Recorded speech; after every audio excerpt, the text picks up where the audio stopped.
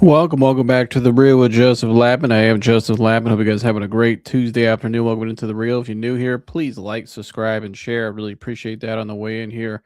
And shout out to all the new subscribers. Appreciate everybody who tuned in yesterday. Left the comments in the video as well. Yesterday was a great show. Looking to have another great one today. Um, the back end of the show, we're going to get into some more NBA talk. Obviously, NBA drafts tonight. So I have something I'm going to discuss in the second block about Darryn Peterson, uh, who I think should be the number one pick tonight. I'm going to share a story about kind of his personal thing, how I could rate the kind of what he went through. I've been saving this for tonight, obviously during the draft, and so or for the draft night, excuse me. So I can't wait to get to that in the second block. But again, the back end of the show, we are getting into some potential Cavs trade targets that maybe they can pull off. I have my guys up here, Wally. I think Humble might join as well, and we'll go over that. But the first part of the show, I'm going to get into some breaking news today that came out a little bit ago about Brendan Sorsby. Obviously, Brendan Sorsby, he's a guy who I have said, you guys probably all know the story. Was it worth the risk for Brendan Sorsby? And for me, all along, I said no. And so you had a guy who the kind of money he spent, I think I read it was like $99,000 in 4 or $90,000 in 4 years on 9,000 bets or something like that.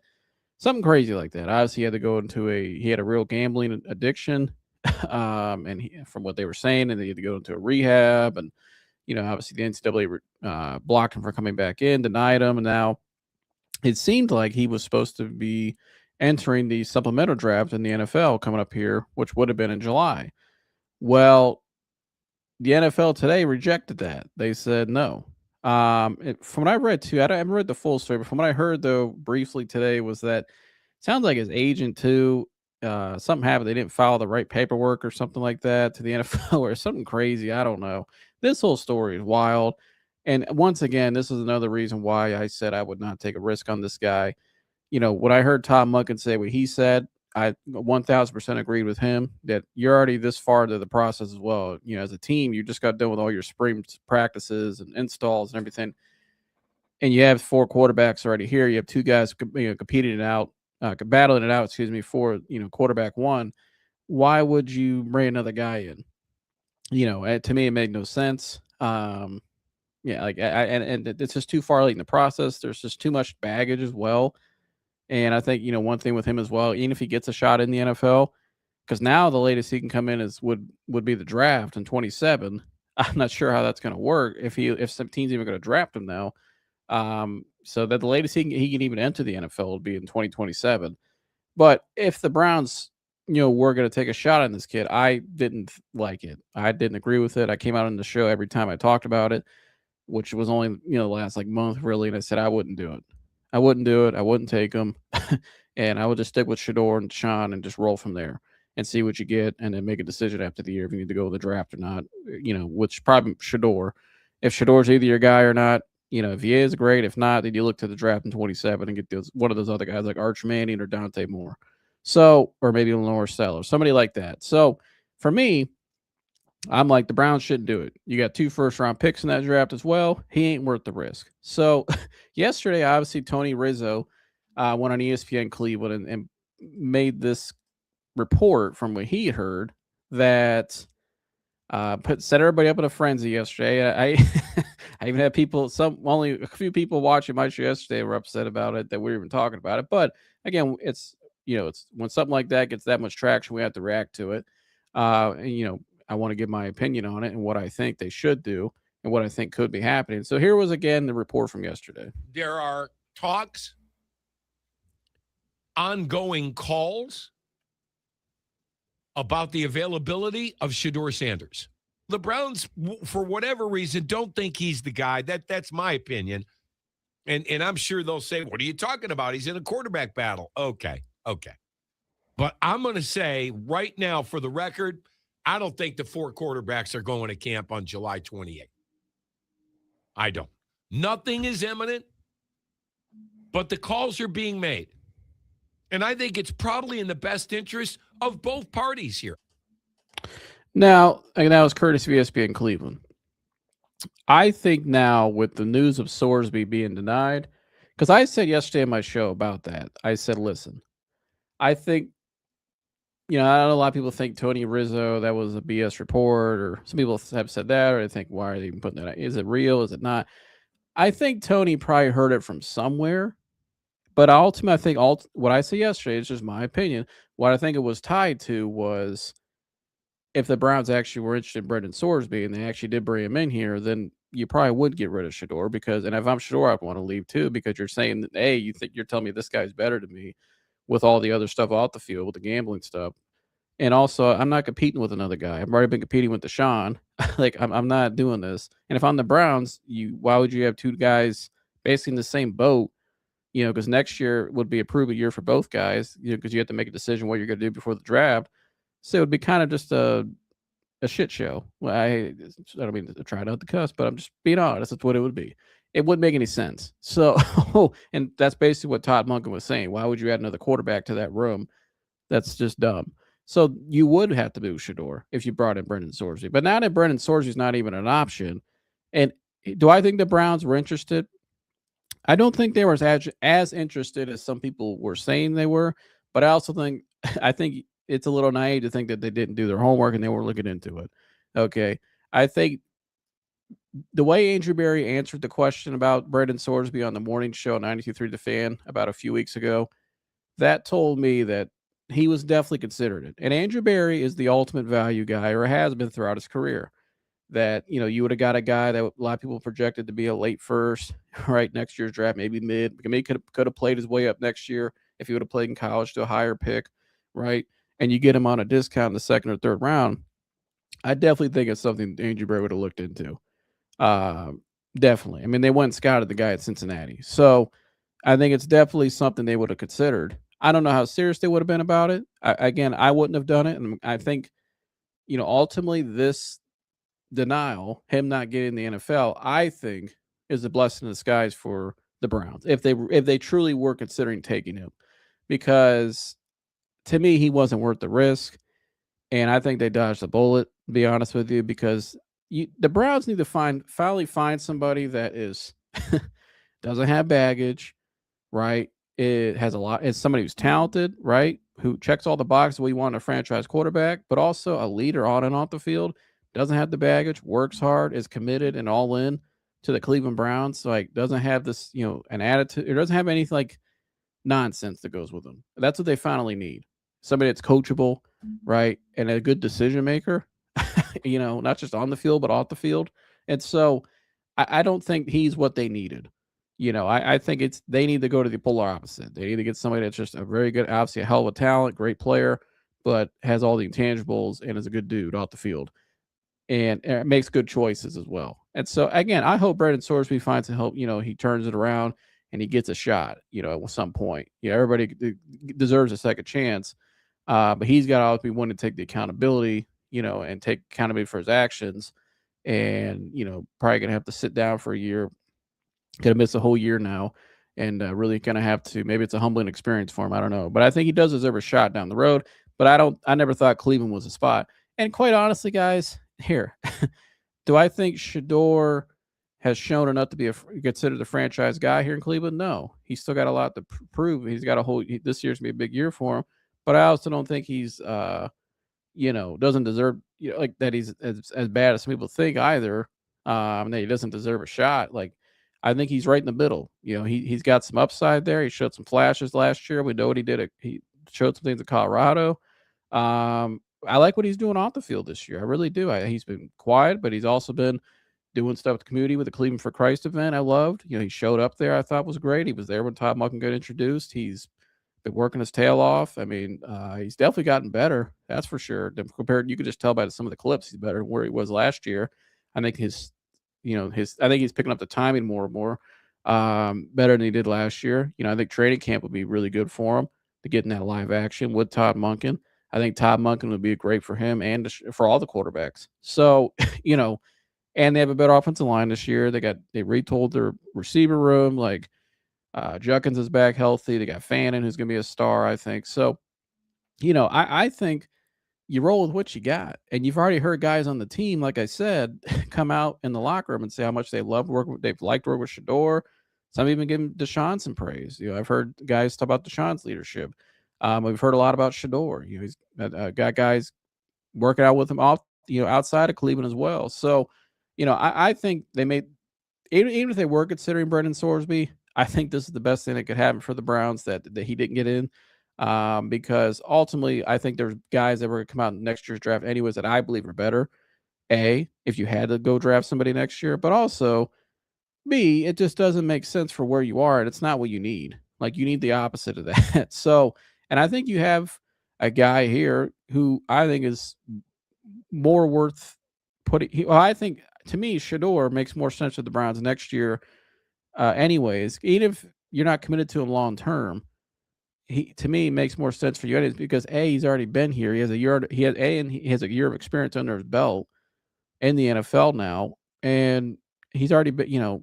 He's already been here, but there's not that baggage in terms of like gambling stuff like that or decision making, and he hasn't sat out. Like the one thing with Brendan Sorsby too, he's gonna be out. Like he's gonna have to be, in my opinion, kind of viewed like Deshaun Watson in some ways when he missed time.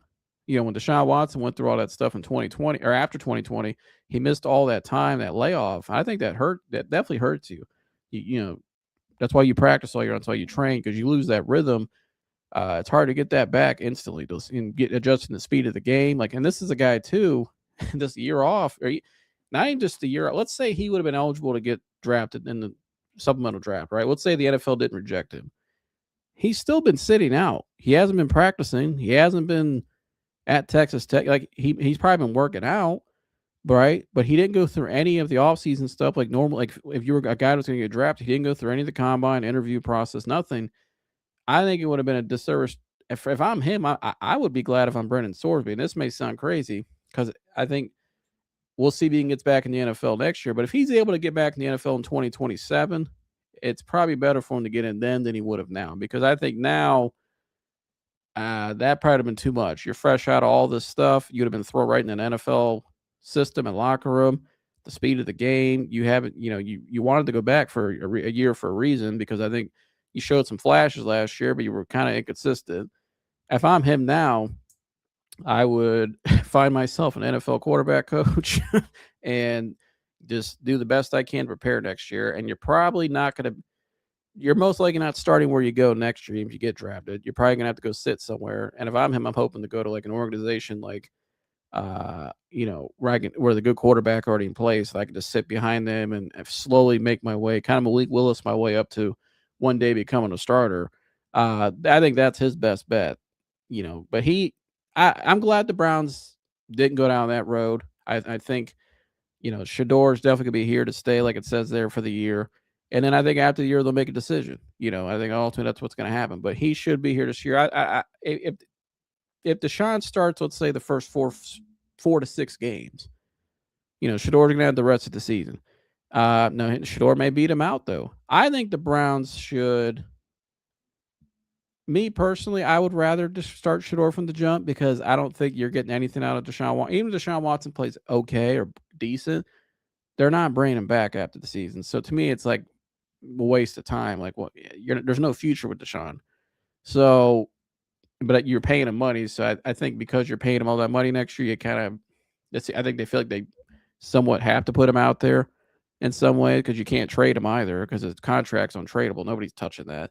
So I think you probably have to put him out there, for again, probably the first at least 4 games, maybe 4 max. And then you put Shedeur in there and let it roll the rest of the season. If I'm Shedeur Sanders, though, I'm fine with that plan because the offensive line's better from a personnel standpoint. I think they'll be better coached than last year, but they're still going to have some growing pains beginning of the season. You got some rookies out there you're going to be putting at the receiving core, right? That they're gonna have some growing pains. They're rookies. You're gonna have an offensive line that's gonna try to gel and figure it out, which, who we put in at center and blah blah blah.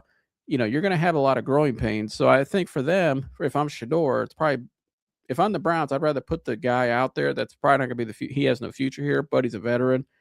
Let him go out there and handle the rest for the first 4 weeks, right? And then put Shedeur out there where it's a little more stable. So then now we can mold him back in there, get him flowing, get a rhythm going, get his confidence going, right, and develop him and let him grow from there and adapt from there. So I think the plan will work out just fine for the Browns this year at the quarterback position. You put Deshaun out there again the first 4 games, let Shedeur roll out the rest of the year, and then see what he does. And you go from there based on what he does this year. So I think the Browns dodged a bullet with this today. If they were seriously considering Brendan Sorsby, I think they were considering it. How serious they would have went, we would have never known that because we didn't get to it. He got denied, so nobody can tell you. But either way, though, I think it's a good thing that nothing happened, and I don't think Shedeur's getting traded now. The only the only reason why yesterday I thought it could be likely, or not likely, it could have been a possibility is if if they were considering Brendan Sorsby, and if they would have went and got him, then yeah, you probably get rid of Shedeur because you're not going to have 2 guys again like in the same boat, like I mentioned, with other quarterbacks in the room. That would have been stupid. So he's not getting traded now. There's no point. Why would you trade Shedeur now? The only reason why you'd want to trade Shedeur, I would think, is if you ultimately want to go out and tank next year and lose, damn near every game.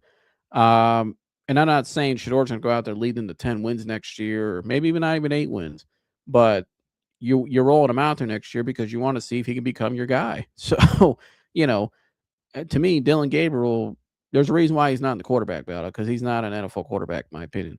Nothing against the guy, just he's not an NFL quarterback. Taylor Green's a project, and Deshaun Watson's not your future. And what he has shown here in Cleveland is very up and down, and he's been injured a lot. So Shedeur is really your safest thing you have at quarterback next year, and he's the most upside. So makes the most sense. But that's all I got on Shedeur. So, and yeah, he's not going anywhere. But anyways, moving on now. Darryn Peterson. So tonight is the NBA draft, right? And this one, guys, I'm gonna kind of shift the tone a little bit now of the show. This one's a little more personal for me. You can see that actually that's me there in the pictures, number 73 and number 54. But Darryn Peterson, obviously the star guard from Kansas, great player, 6'6". What is his? I actually got to look at how tall he's. 6'6". I think like 200 pounds. Looks good, great. I mean, perfect size athlete you want, especially for a 2 guard in the NBA, I believe. Athletic. So Darryn actually is from Canton, Ohio. I'm from Akron, Ohio. Obviously, Akron and Canton are only 20 minutes apart. So Darryn is 6'5". Well, he looks probably 6'6" with his shoes on, 200 pounds. From Canton, Ohio, averaged 20 points last year, 4 rebounds, 1 assist, 43% from the field, 30% from 3, 82% from the free throw line. But again, a long, athletic, rangy guy, like very talented, and he could score from anywhere. His shot creation, his shooting, he is a lethal scorer. This guy is a deadly scorer. He can he can score from anywhere against anybody on the court. He's very good.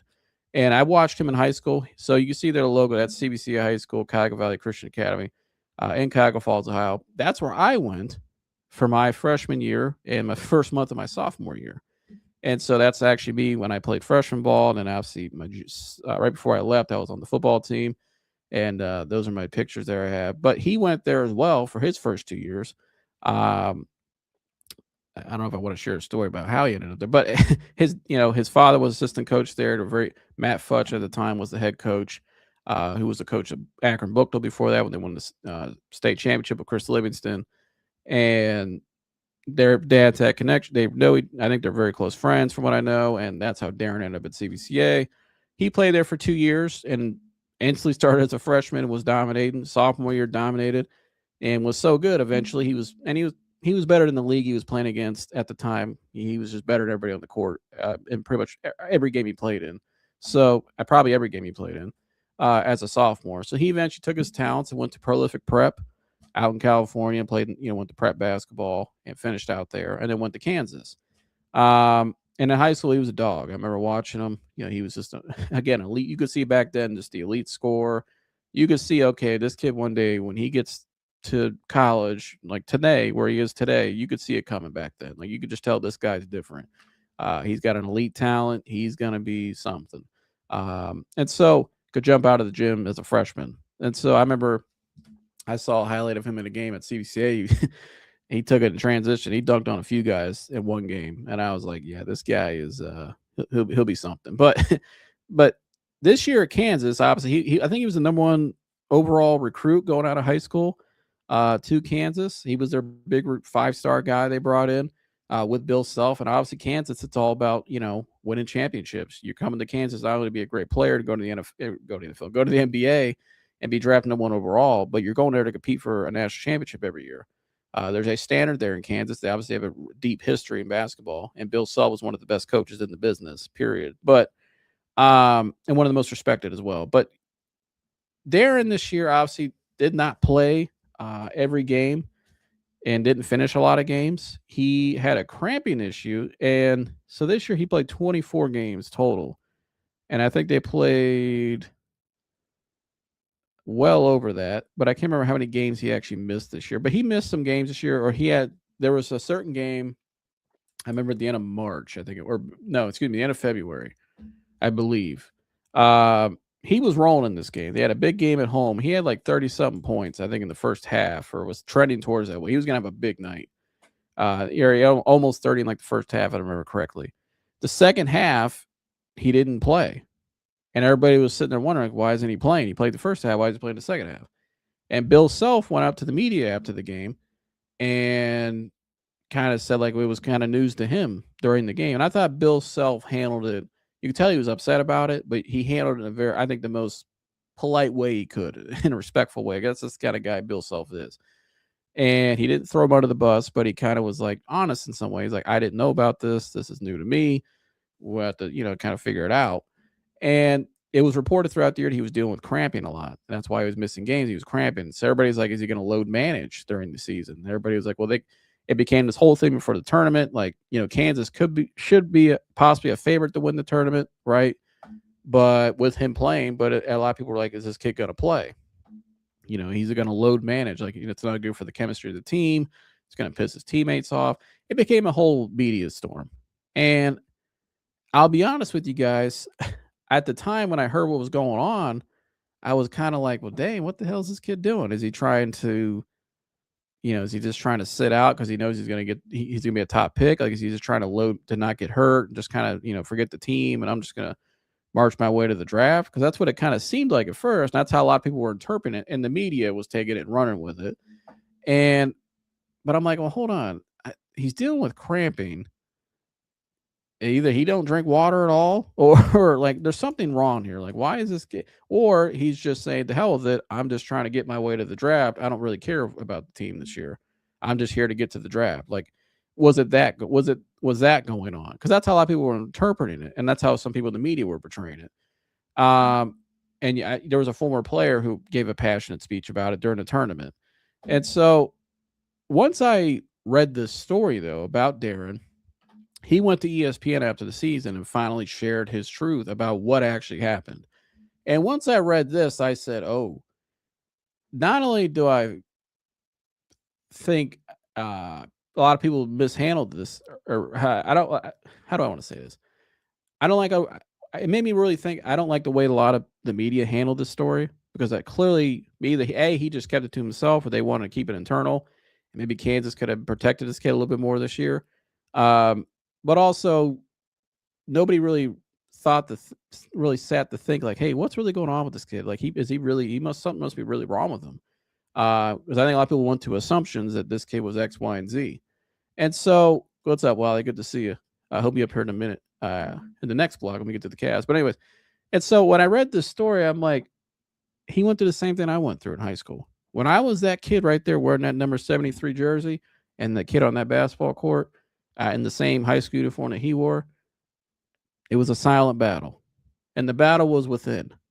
And when I read Darryn Peterson's story, I've had a lot of sympathy for this kid, because I could relate to him. And be honest with you, I'm rooting for him heavy now. I already was rooting for him because he's a local kid, but I understand what he went through. I believe. And so I'll read the story here. He shares what really happened was that high doses of creatine he was taking, a creatine supplement, led to cramping. And this is from Ramona Shelbourne back in May 8th, right after the season. Let me get a sip of water if I read this. Stay hydrated. Shout out to Coach McGregor. But anyways, Darryn Peterson finally has an answer. because obviously everybody was wondering what is going on. And so a lot of people, I think, in the media were making assumptions, which probably was wrong. They should have probably waited this because clearly something was wrong with this kid. But anyways, it goes on. One of the top prospects in this year's NBA draft spent much of his freshman season at Kansas trying to solve mysterious and sometimes debilitating cramping. But in an extended interview with ESPN this week, Peterson said that a new round of blood work and other tests after the college basketball season led his doctors conclude that the use of high doses of creatine created the condition. And he says, quote, "I'd never taken it before going to college." Peterson said of the popular supplement, which helps to increase muscle strength, power, and growth. But after the season, I took 2 weeks off and they did tests, which showed my baseline level was already high. So they did. So they said when I dosed, a process of increasing dose over time to create maximum benefit at the beginning of taking the supplement, it must have made the levels in his body unsafe. Um, and he's listed as number 2 prospect in ESPN's mock draft or mock board, excuse me.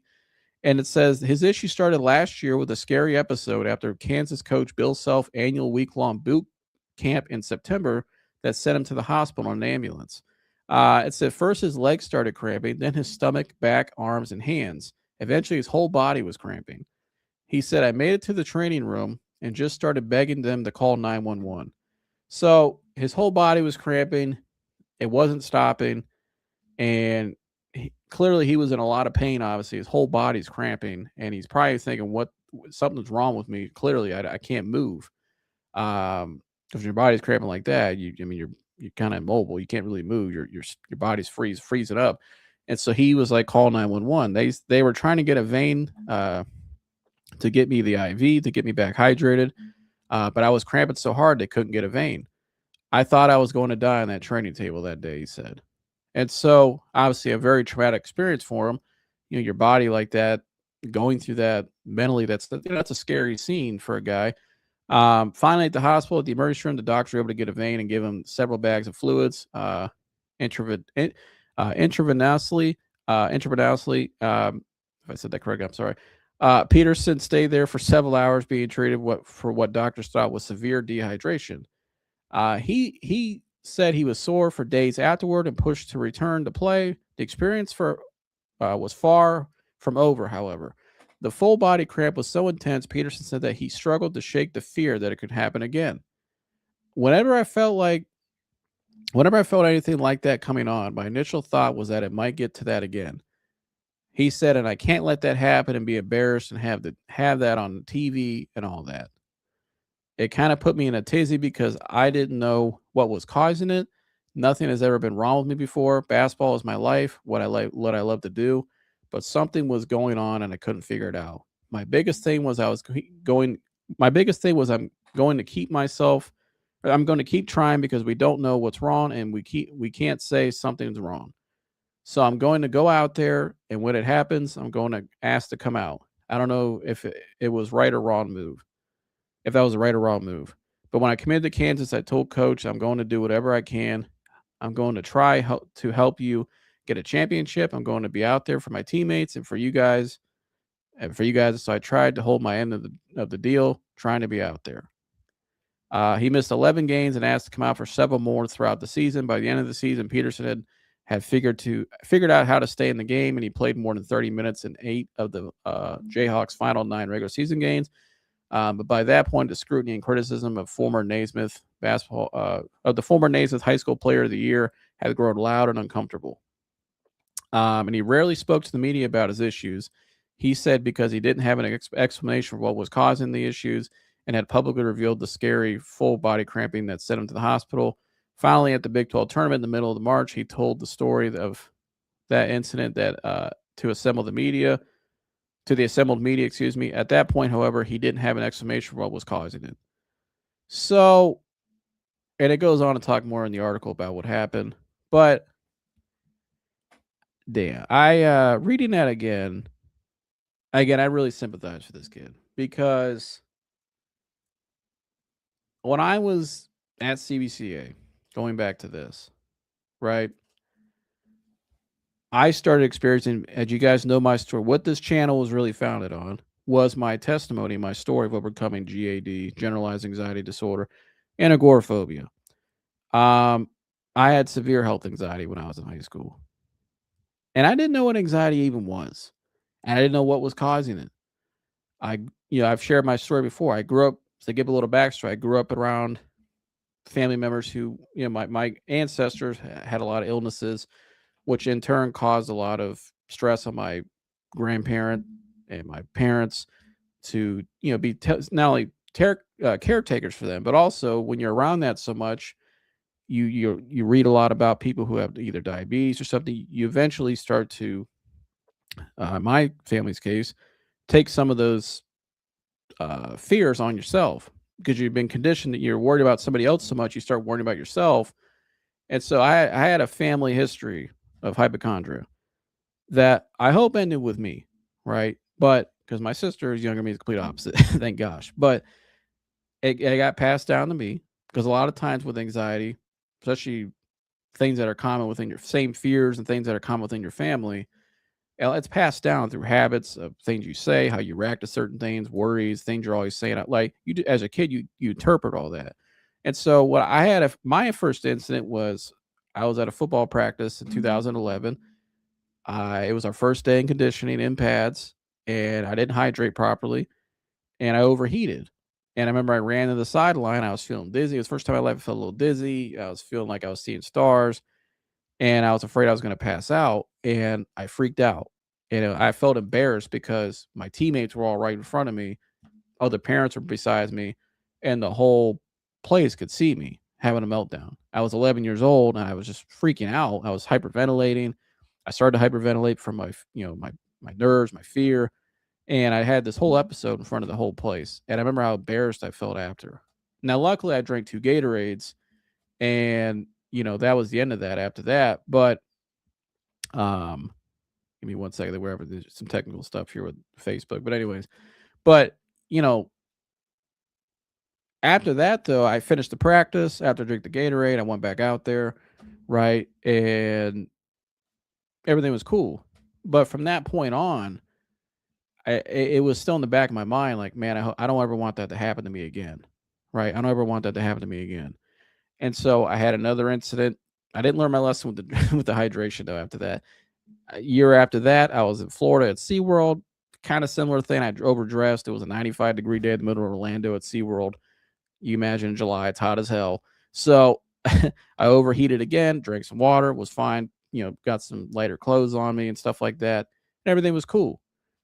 But that incident again made me more fearful because I was in the middle of a park. And I didn't react as bad as I did at practice, but it was still like I felt embarrassed. Because when I remember looking back at it now, where I am now, I can look back at it and see what was going on from my analysis. I was sitting at the park kind of scared, but also I remember it's 12 years old. I was sitting there thinking like, man, I don't want to have a scene in front of everybody. I don't want to be embarrassed like that, or something happens to me and they got to take me out of here or something. Same thing he was saying. He had an initial incident and he was fearful of having that happen in front of everybody on national TV. Obviously, he's played on national TV and all eyes are on him. He's the big, everybody's going to the game a lot of times to see him. He's the best player on the court. So there was a lot of, he had a traumatic experience physically. I'm not a doctor. I'm not diagnosing Darryn Peterson. Please do not take this as that.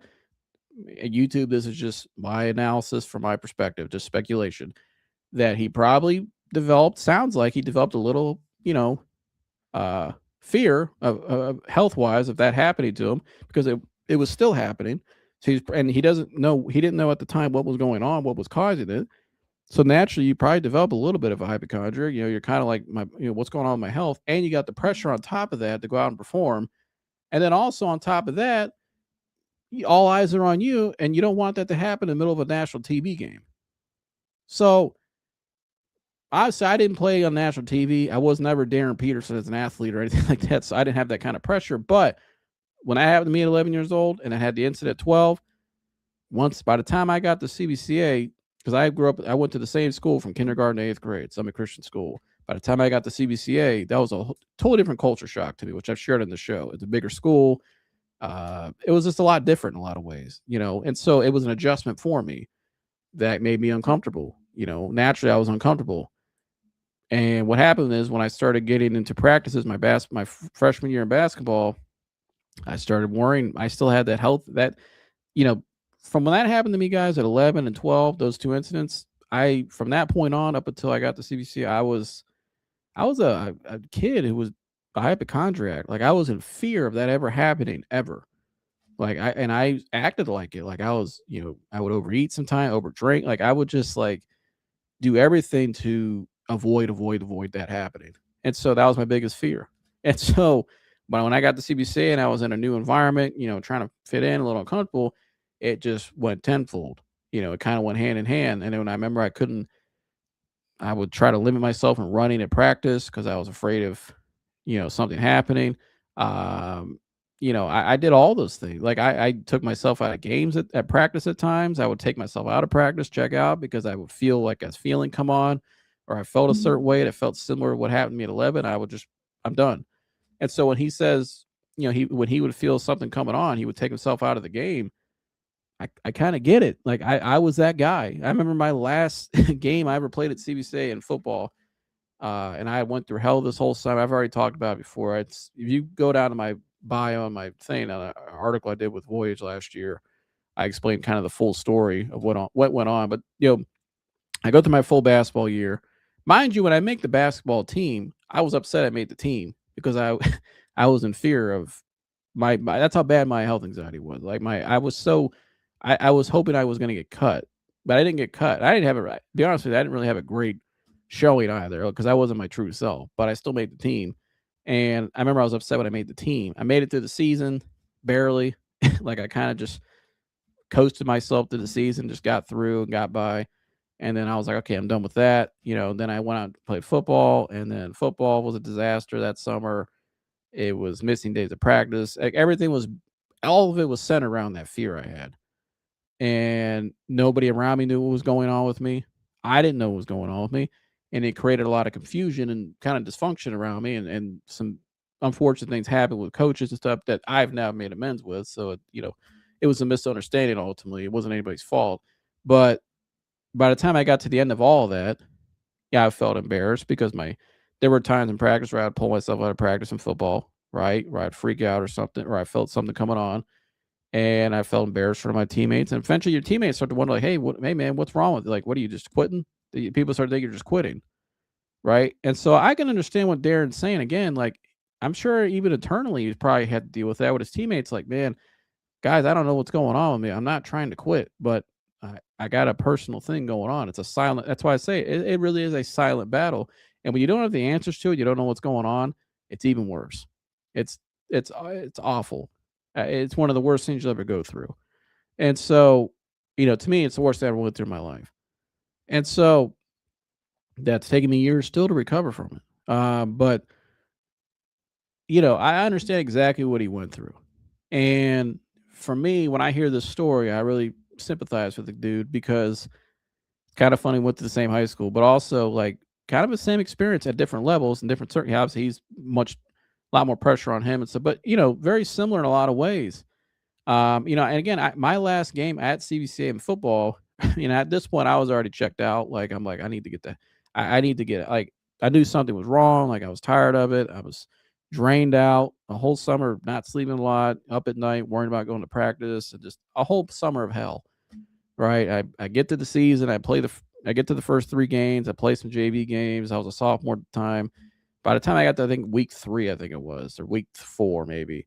I remember we were playing out at Norwayne in Ohio on a Saturday morning, a JV game. And again, I'm already drained out. I'm done. Like, I'm like, get me the hell out of here because I just want to be done. I needed a break and I just wanted to find help. Wanted to find the answer of what was going on with me. And every day was just like getting by, trying to survive each day is how it felt. And so I remember my last game, though. I remember I'm out there. It was an early Saturday morning. It was hot out. Started getting some of that anxiety as I was out there. I tried playing, and I've had so many panic attacks and anxiety attacks during that summer. They were getting worse and worse. That I had one in the middle of the game. I remember I feel the sensations that I didn't know what these sensations were at the time. That I now know what they are. It was symptoms of anxiety.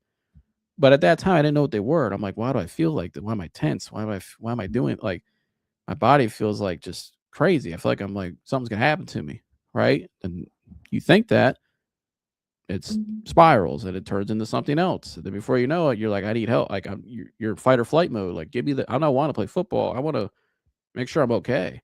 Right. And so that's what happened again.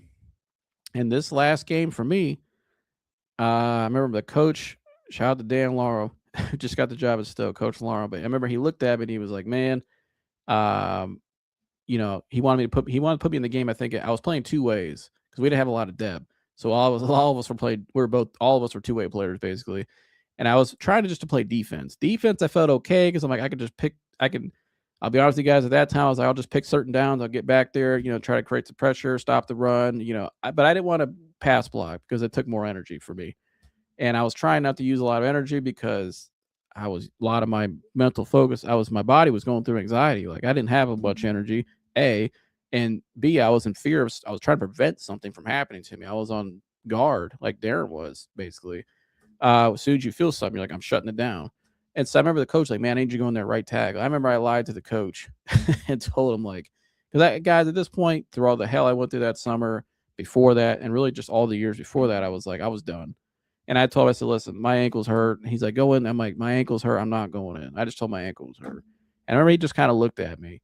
And I think he knew because there was him and my dad had been talking before that, like just what's going on, because I had went to the doctors prior to that. They put me on medication for anxiety. It wasn't working, actually making it worse for me, speaking for myself.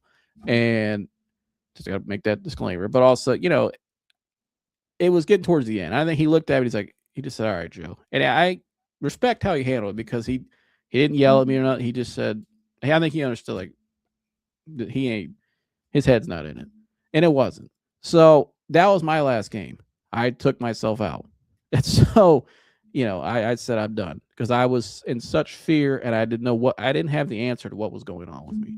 That's how, and my diagnosis, guys, was at the severe anxiety level. Like clinically, I was severe everything. And after that, obviously, I left CBCA abruptly, didn't finish high school in person, had to try to finish online, and that wasn't working out, right? And then eventually, I was in my house, and I struggled with agoraphobia all the way till 2 years ago, where I was basically in the same radius of my house for years. And there was time I didn't leave my house for a year. I went down in a hole after that. And I've shared all this publicly. It's written if you go to my in my bio, there should be like my link tree. There's an article on Voyage. You can read it all more in detail, what happened after that. And I explained how I got to where I'm at today. Luckily, thankfully, by the grace of God and Jesus Christ overcame all that. Right. But, here I am today. But I'm glad I could sit up here and hopefully I don't have a big platform like ESPN. Obviously, I hope people see this and share this. Obviously, Darryn and I actually have mutual friends. Darren's brother, his older brother, went to Hoban and was teammates with one of my best friends who I had on the show, Deshaun Martin. It was actually Deshaun was like Debo. We call him Debo, was his mentor, and actually ended up coaching him in Wisconsin too. And then his brother Daryl just got drafted, he just came out and drafted and went to the Rams. So the whole family's athletes. But so we actually have a lot of mutual connections too. I've never met Darryn. But I know of him. I know his family, who they are. And we have a lot of mutual connections, obviously, being from the same area, went to the same school. His brother went to Hoban, blah, blah, blah, the whole thing. So, but, I really sympathize for this kid. And I kind of, one thing about when you go through anxiety or fear, situations like this, when you're battling something internally and you can't explain the why, you don't know the why, it makes it more crappy when people on the outside are scrutinize you like that. And it just kind of shows you, I think his story kind of really showed you just kind of how I'm not speaking, obviously, I don't think Darryn, I don't know what he feels about it, but just kind of how crappy some of the industry could be. Like this kid, they brought him in. He is who he is. He was number one recruit out of high school. And they expected him to come in there, Naismith Basketball Player of the Year. He's supposed to come in here and try to help us win. And it's how people put winning over everything and just, money and winning and blah, blah, blah. And it's like, hey, man, this guy had a real personal problem in his life. Like he wasn't living life. Like he was kind of in like he was in a bad spot. I'll just say it like that. He was in a bad spot. And, he couldn't function like he usually would up until that point. And the fact that people were on TV criticizing the kid like they were, saying the things they were, and just making assumptions, that's pretty sad. And I hope people learn a lesson from this. Hopefully, media people learn a lesson from this. That and I hope other colleges and other programs. I'm sure Kansas probably took a lesson. How do we handle this? I'm sure that this is a unique situation. Like when I went to CBCA, when that happened to me, nobody knew how to handle that. You had a first time head coach going through a lot, trying to rebuild a program up, a complete rebuild, right? My parents didn't even know how to handle it. Like a lot of times, these silent battles that people have mentally, internally, a lot of people don't know how to handle it. It's not something that really gets talked about a whole lot, right? But I can relate to him because I went through it. But not a lot of people can. And so I don't get angry at people when I see it because I understand a lot of people just don't understand, and it's easy to make assumptions like, hey, this kid seems like he just wants to not play because he's even number one pick, blah, blah, blah. He's just quitting on his team. But he wasn't quitting on his team. He actually was a warrior out there. I think it says a lot about the kid that he tried to go out there and still play with what he was going through, because you guys if you don't understand, you have no idea what he was going through internally. He'll never go. This kid will never go through anything harder in life than what he went through this season internally. I'm telling you, when you go through that kind of just mental war, that kind of just, you have to go through something like that mentally and internally. Once you make it through it, this kid, if I'm the NBA team, I'm definitely taking him number one overall, because this kid's going to be, I bet you he'll be an assassin next year. Like, he ain't going to have no fear in him. Now that he knows what happened, he knows the answer, and he's good now. Like, this kid's going to be, he'll be on a mission. I guarantee you. And the talent speaks for itself. And he's a good kid from what I know. So I gonna be rooting for this guy. But I've been wanting to share that. When I read the article back in May, I almost reacted to it back then. But I said, you know what?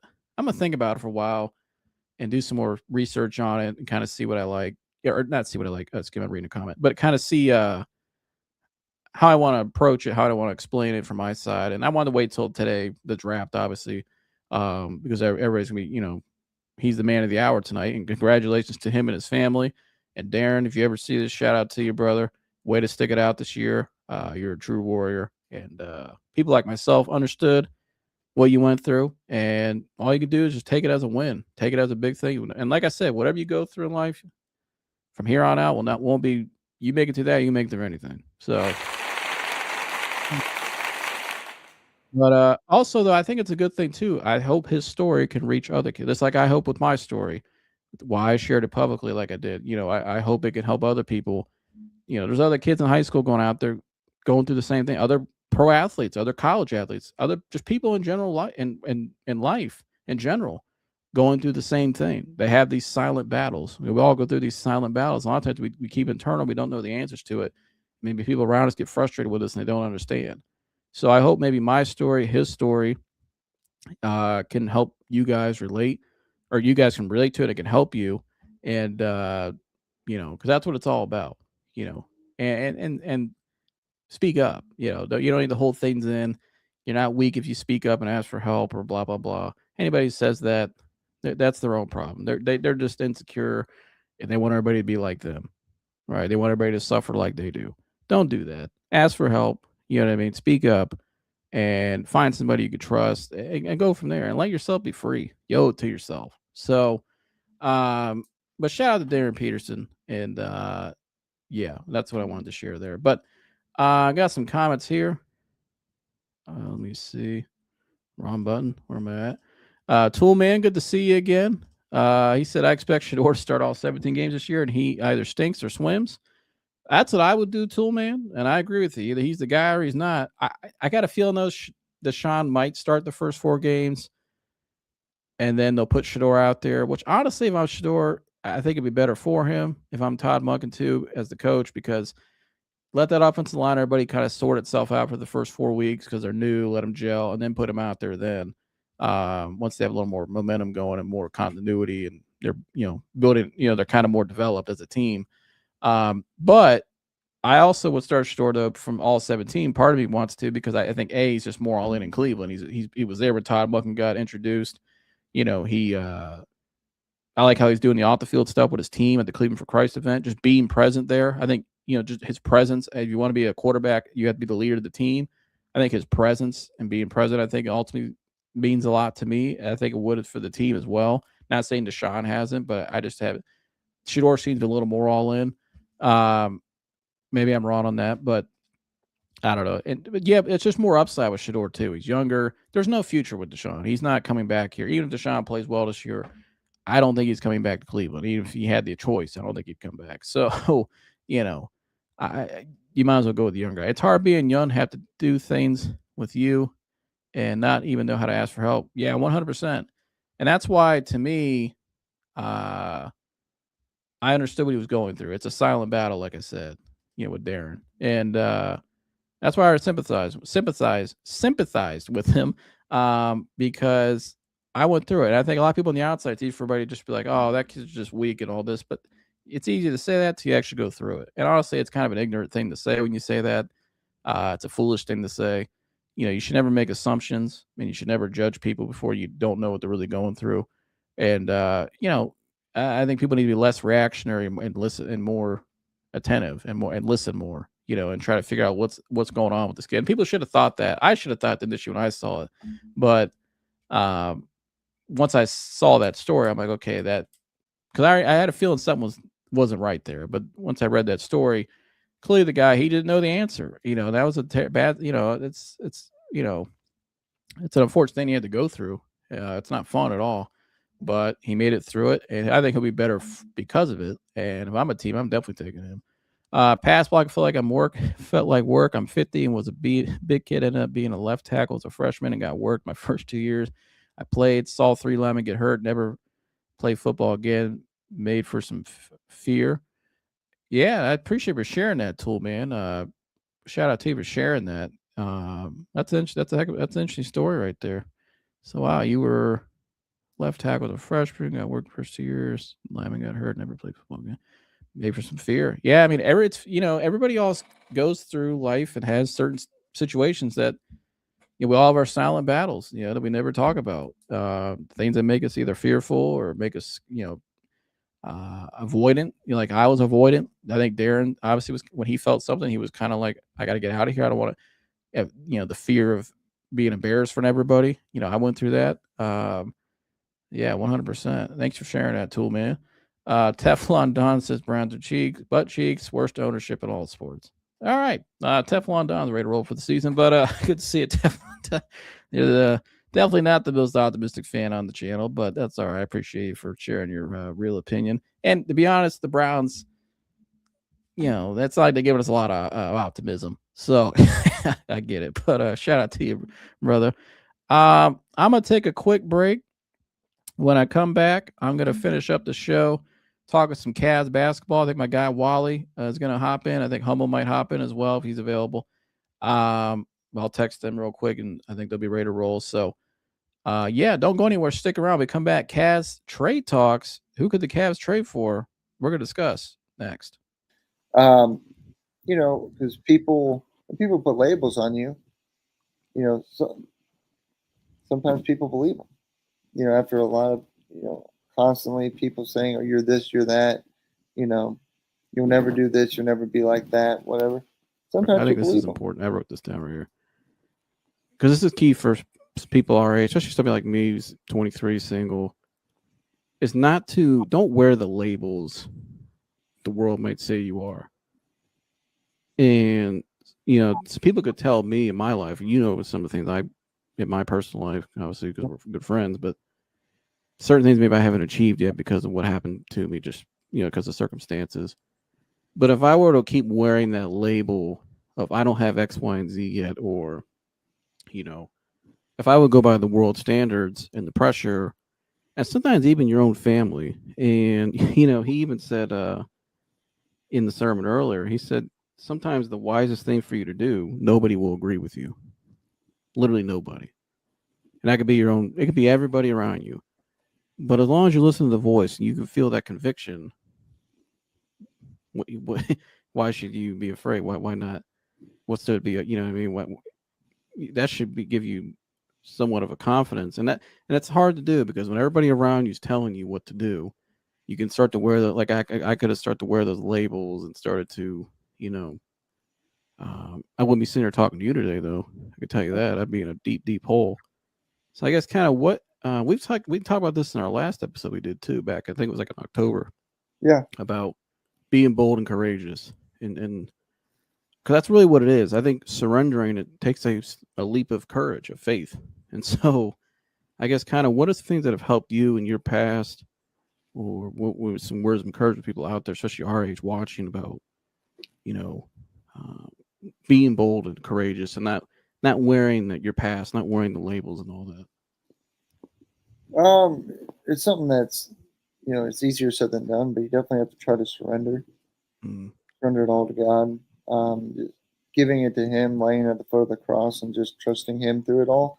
Because when people put labels on you, so, sometimes people believe them.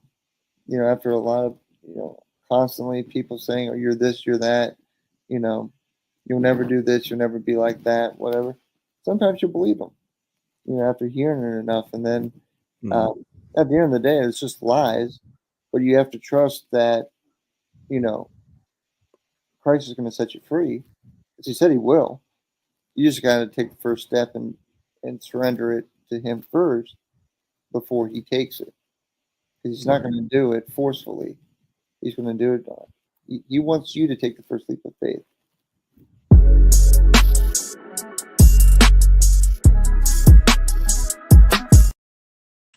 All right, welcome back. Time to move on to Cavs basketball. Joining me now, and my fellow Akronite, East Sider, Jared Allen, not fan love it, I guess you could say, if that's a word. He's always looking for trades. He wants the Cavs to upgrade this offseason. So I'm curious to see what he said today about these moves. But my guy, my dude, Wally's in the building. Wally, what's happening, brother? What's good? What's good? Shout out to Wally. Appreciate being patient, Wally, in the back. But Wally, let's get into it, brother. I got some interesting stuff today I want to ask you about. Maybe Humble may join. If not, it's all good. I know he's tending some stuff. But so obviously, Wally, we got the NBA draft tonight.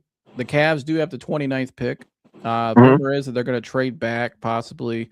Honestly, Wally, my thing for the Cavs tonight, there are some decent prospects in the back end of this draft. I think some guys with some upside. The guy that I think, to me, when I look at the Cavs, right, that team that made the conference finals last year, Wally, I think they need a backup center still, somebody they can really solidify. I like Terrace Reed Jr. from UConn.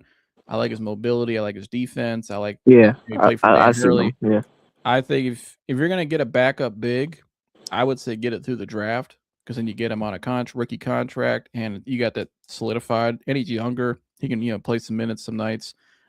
He's fresh legs. So I would, if I'm the Cavs, I would either target a guy like him as a backup big, or I would try to find the best potential 3D guy I can get, who's preferably 6'7" or above. No pun intended. But Wally, what's your thoughts on the draft tonight with the Cavs? What do you think they're going to do? pretty much. Very thing. I don't know where. I don't know where or what Kobe Altman is doing right now, but they is saying. I read this article. They saying like the Cavs might trade the 29th pick to for somebody or something, or adding more to go up or go down. But I already seen that, and I just question it. Like, what is they like thinking? But I really hope we get somebody like who's like 6'11", like who's like 7'2", like 7'2" or something like that. Because So we need. you want a big man. There's nobody else like a wing or something that's intrigued you that maybe you've seen mocked to the late rounds.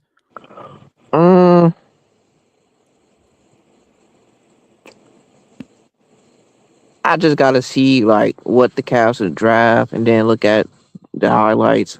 But I really like that one guy you showed me. Um,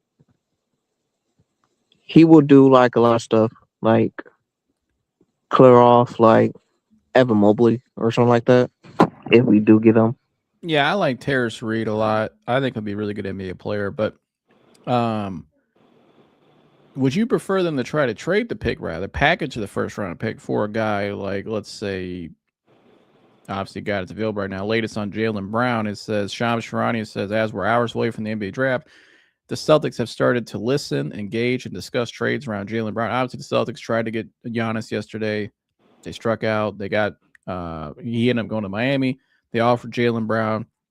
Seems like, wow, that's the end of that road with Jaylen Brown and the Celtics, that they kind of have to move on now, it seems like. Um, would you try to, if you're the Cavs, try to put together a trade package where you probably have to give up at least Jared Allen, I would think. Some people think Evan Mobley. I've even seen people talk about Donovan today, which I think is a little crowded. I think they're trading Donovan. I don't know if they're even going to trade Mobley for Brown, but if they can pull off a trade, Wally would say, what if I give you Jared Allen, Max Strus, and Dennis Schroeder, and this year's first round pick and next year's first round pick for Jaylen Brown? What do you think of that? Um, for like for that, I think we did trade the first round pick. I think it was like last year or the last year after that last year. No, after that year, basically. Um, and we have like a good nice draft. We actually had like three, and then we had undrafted and undrafted. Craig Porter Jr. is a good player from the team and stuff, and the Cavs very like him, and that's why they expanded his contract and stuff. But with that, for the first round pick, I think it will be good. Um, but again, I don't know what it's kind of like a 50-50 for me because like I really want them to have like a good player, draft good player. But honestly, if because I don't really want like Cleveland to like miss anything, like miss a player. Like if you know like what I mean, Joseph. Um, but if they want to and probably try to get another dominant player, like Craig Porter and Jaron Tyson, go ahead. Um, but again, it's like we in this hole right now. Um, what Kobe's not like calling an old team and stuff like the New Orleans Pelicans and Well, that's the next I'm going to ask you about. Trey Murphy is obviously somebody who he's reported is very much available, and he could be traded tonight possibly. He's a guy that some people think the Cavs wouldn't have to give up, possibly maybe even a core four member. They can possibly maybe package some of the guys they have. Like if they package Max Strus, maybe Dennis Schroeder, and a bunch of first round picks. It's reported they want first round picks for him. If you're the Cavs, honestly, or Wally, if I'm running back the core four, right, and what they really need is that wing in the middle. Somebody like him. I think Trey Murphy would be a really good fit with that core four. It's probably what they need. Defense, Right. two-way guy, can score, could shoot, everything. They need that. That's what they miss. If I can add him and not give up a core four member, I probably would definitely do that because you gotta, if you're gonna run it back, you gotta add around them better than what you have, clearly. And then, but to be honest with you, I don't think I'd give up Jared Allen for him, because if I give up Jared Allen, I got to have a plan B and C in place. I got to have a four now. Now I got to go find another guy. Like you're going to have to subtract more. You still got to get out of second apron, especially when you get Harden's deal, figured out. But if they can pull that off with just draft picks, I mean, if you're the Cavs, you can trade some of your rotational guys like that, and then a bunch of picks, probably first round picks for him. What would you think of that? Yeah, I'd agree. But I will disagree on the Jared Allen. But You would trade Jarrett for him. And Max Struess. Max Struess and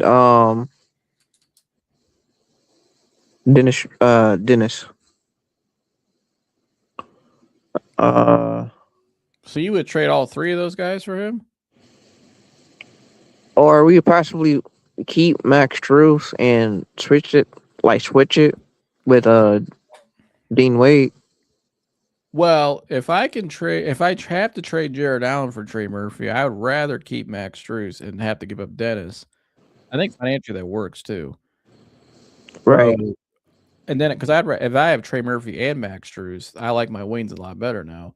So to me, yeah, I would preferably rather do that. That I can have to fill out the rest of my front court. But I don't know. Yeah, I mean, I would if you're going to run it back with a core four, and you're not trading any of these guys, then you're probably better off just trying to work it that way. You're probably going to give up some draft capital, but the future is now for the Cavs. Like, yeah, right. Like right now.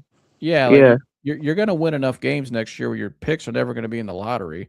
They're not going to be in the top 20. So you might as well, you might have to take a page out of the New York Knicks book when they went and got Mikal Bridges.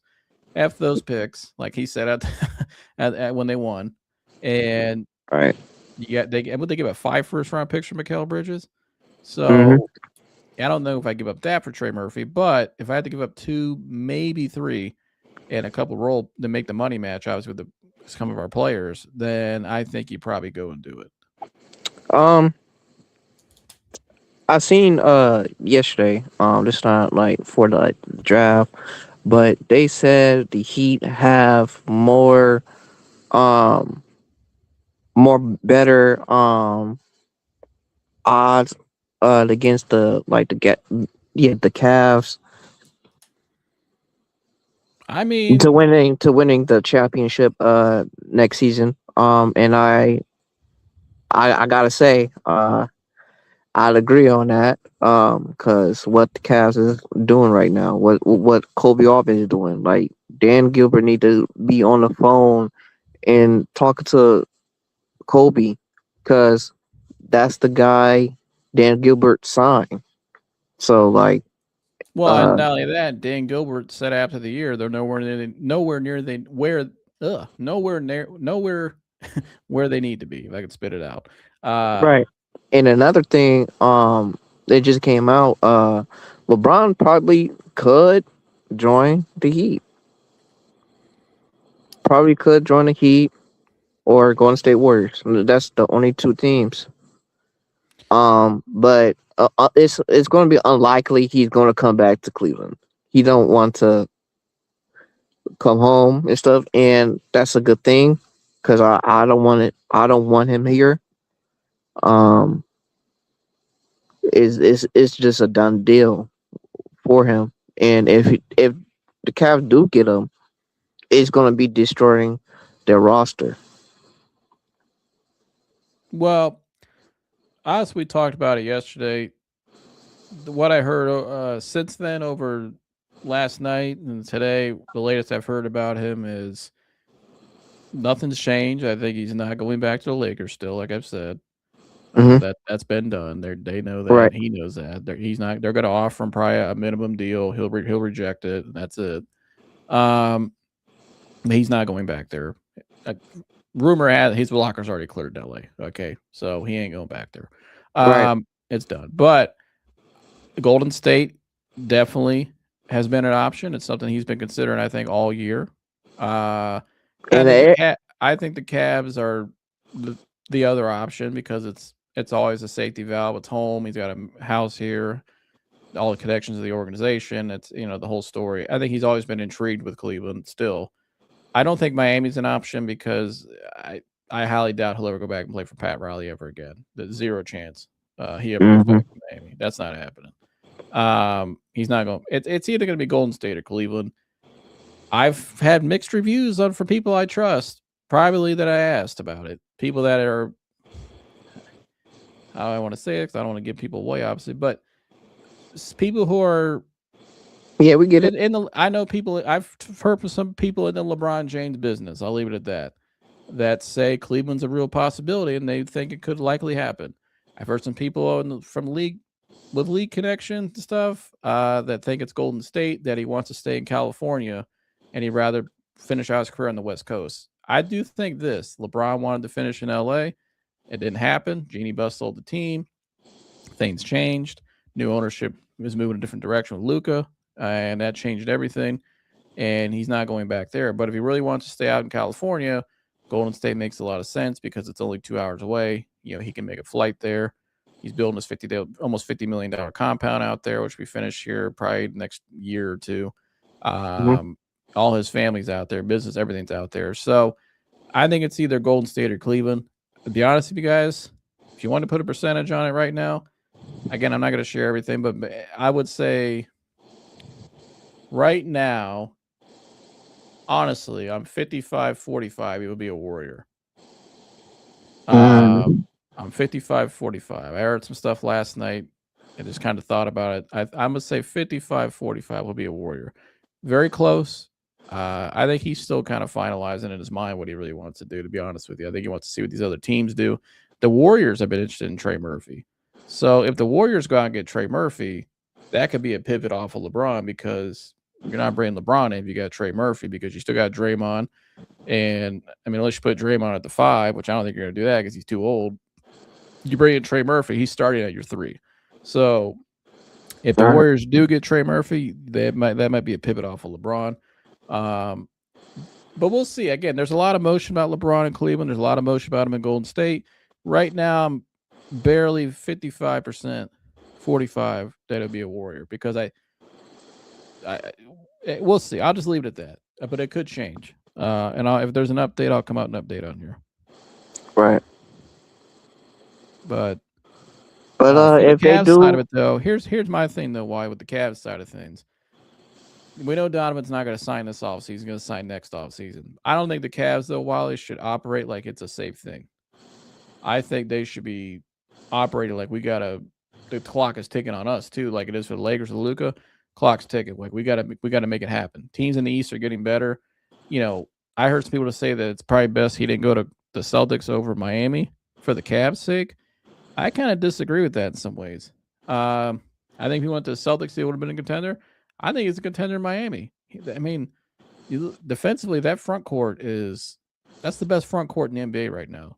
I mean, Giannis and Bam, defensively, what they're going to be able to do to teams, and Pat Riley is going to put a team around them now. They're going to get some shooters. They're going to get some two-way guys. They're going to have a point guard. They got Mitchell, the point guard. Like, that team's not going to be a bad team at all. And Pat Riley's going all in. And one thing I'll say about the Heat compared to the Cavs, where I feel better with them right now, is to be honest, just kind of I want to say culture. I don't think the Cavs have a bad culture, but their coaching. I trust Eric Spoelstra. I see them do it in big moments. That Pat Riley led culture, and with Eric Spoelstra, I've seen them do it. They've won a lot. They've had a lot of winning seasons with mediocre talent. And they get it done in the you don't want to play them in the postseason. They're a tough out always, because they're just the way they are. They're standard. They got a real thing there. They got it's a Pat Riley led team with Spoelstra. So, and they got a guy now and who's won a championship in Giannis. They got a guy in Bam who's been to the finals. Like, they got some experience. They got some winners. They got coaching. They got the DNA. I don't know if I picked the Cavs, but the Cavs team I saw in the last series that quit on their home court against New York and got walked down every game. Yep. You picked them over Miami? You're crazy. I'm just sorry. Like, they gotta make some moves. Like, you gotta get some new blood in here. You gotta get some new, or you gotta get, you gotta get some new people here. You got to have a rejuvenation. They can't run it back where they left off. And Wally and I have been saying that probably more than anybody. You can't quit like the way you did.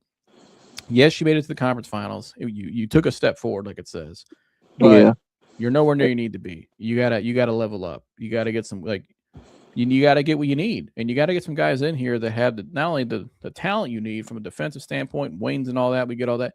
We need some guys there, some dogs. Like, we need some toughness. We need some damn grit. We need some experience. We need some guys been champions. Like winning is more than talent and on paper and analytics and all this shit that people talk about. Right. You gotta have 100%.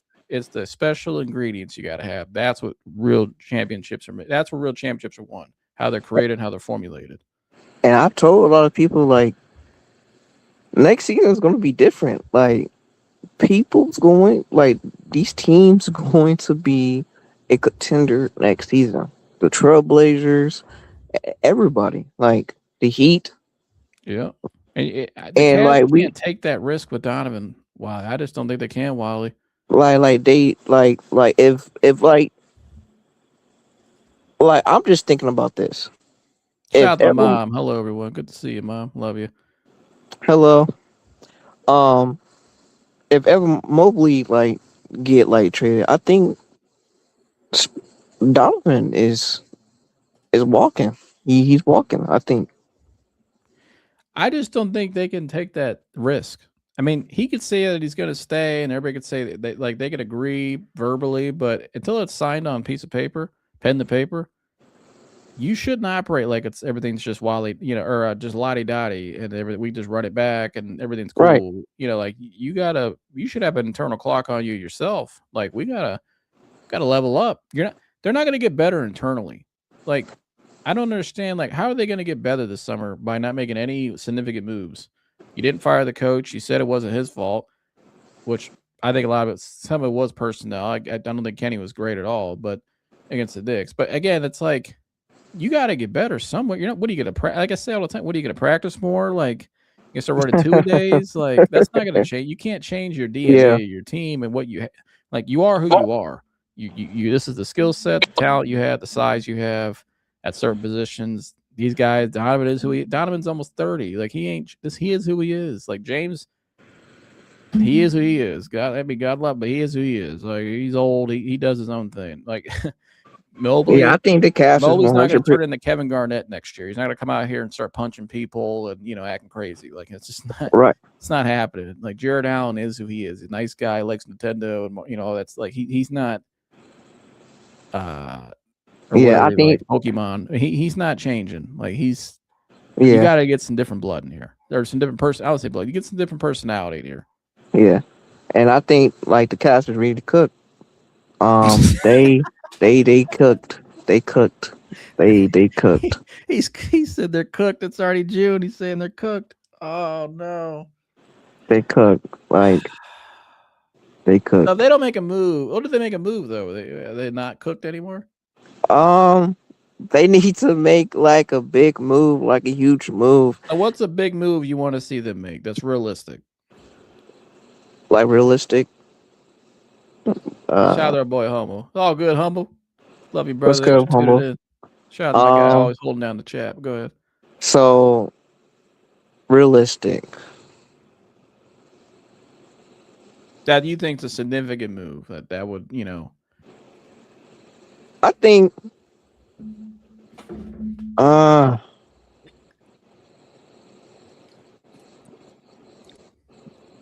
this okay. So I think Jalen. Do you think Jalen Brown's realistic? You mind you, this team made a trade for Kyrie Irving at one point. They've done negotiations in the past. These two franchises. Yeah, but this is the real question. Everybody didn't even realize. Do Jalen Brown wants to be here? That could be part of it. Yeah. Do he really want to be here? I think he'd rather be here than Milwaukee. Because at least he's on a team that's trying to contend. I mean, now would he want to play alongside Donovan? I don't know about that. So, to me, like I don't know how real that may not be realistic. Like I think some of the more moves you'll see around, like I think John Morant to Atlanta is going to probably get something you'll see. Or the Trailblazers might like get a move because I did hear they they got a lot of cap too, don't they? So. Yeah, so they probably might make a move with Damian Lillard and stuff. I could see that. I could see even Dallas trying to get involved. Him and Kyrie have played together. They got Cooper Flag. Maybe Dallas tries to get involved to get another guy there. Embiid too. I heard Embiid They trying to get the Dallas Mavericks trying to get Embiid. Yeah, I don't know. I think they're kind of stuck with Embiid, to be honest with you. I don't think anybody's gonna take him. I like there's like a Paul George. Ain't nobody trade. it's like a Jared Allen type of thing. Like you stuck with him.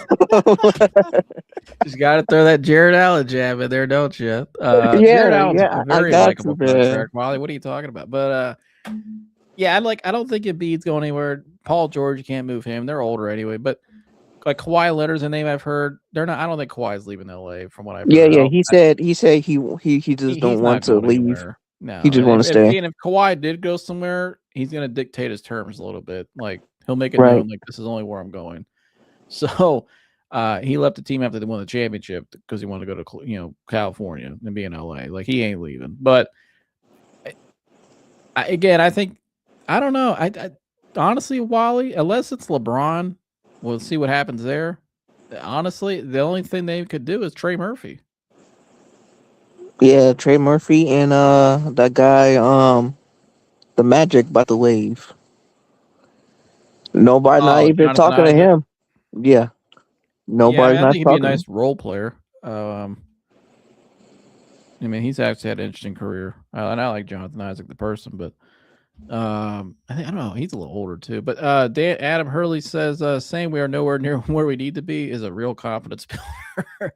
Yeah, that's getting them up and at him. And just run it back, Adam. They're just going to run it back. No changes, but we're nowhere near where we need to be. I don't get it. Well, that's why Wally and I are like, they need to do something. Like, you said it wasn't the coach. Okay, then you need to change your personnel, do some tweaks. I will say this: if they don't make no type of move, no big move, no huge move, I'm not watching them. I'm not watching them. I'm not watching the highlights. I'm not. This is you're already out already. This is the 5th year. This is the 5th year. So I'm not going to watch them anymore, and I am not. I'm just going to step away, like from the Cavs, because what are they doing? Like, come on now, like y'all is a headache at this point. And I'm not going to be shocked if the Cavs fans, not going to be coming to the games anymore, so the home games. I think it's going to be like, I would say 55% empty. Oh, hell no. They ain't going to be that bad. Like, probably. Wally, these Cleveland fans go and sit in the blistering cold in December to watch a 3-win Browns team. They're going to go and sit inside the nice 75 to sunny arena. That's an immaculate stadium, and watch the Cavs, who are probably they're still gonna make the playoffs. Like they're not gonna be some shit team. A play-in, not a playoffs. Play-in. They'll be a playoff team. They'll be a top 6 team. Now, our expectations obviously are not gonna be that high, but I think. Wait, is the Heat? Is the Heat? Is the Eastern Conference? Yeah. Oh yeah. GG's Cavs. GG's. Whatever, bro. GG's. We'll see what happens tonight, Wally. Hopefully tonight they at least add somebody like a big. Again, I like Terrace Reed out of UConn, the big man. I think he'd be a good fit. Yeah, but right now they could trade. Maybe they get Trey Murphy. Maybe they're getting them right now as we talk. Like what maybe we get off. They better. While he's back on board, but but Wally, I appreciate you, brother. Right. I will talk to you on the next one, and I'm sure we'll be texting tonight during the draft and stuff. So peace, brother. Peace. But shout out to my guy Wally. There we go. Shout out to Wally. Yeah. Shout out to all you guys today. Please like, subscribe, and share. Leave a comment below what you thought about today's show and any feedback as well. And go Cavs as always. I'll be optimistic. Go Browns. Go Cavs. And shout out to Darryn Peterson. And congrats to him tonight. And good luck to him on the rest of his career. He's about to take the next step to the NBA. But 330, boy, another one getting drafted high. A lot of talent, it is what it is. We just produce talent. But now shout out to all you guys. Please like, subscribe, and share all the good stuff. And I'll see you the next one. We're out of here. Okay.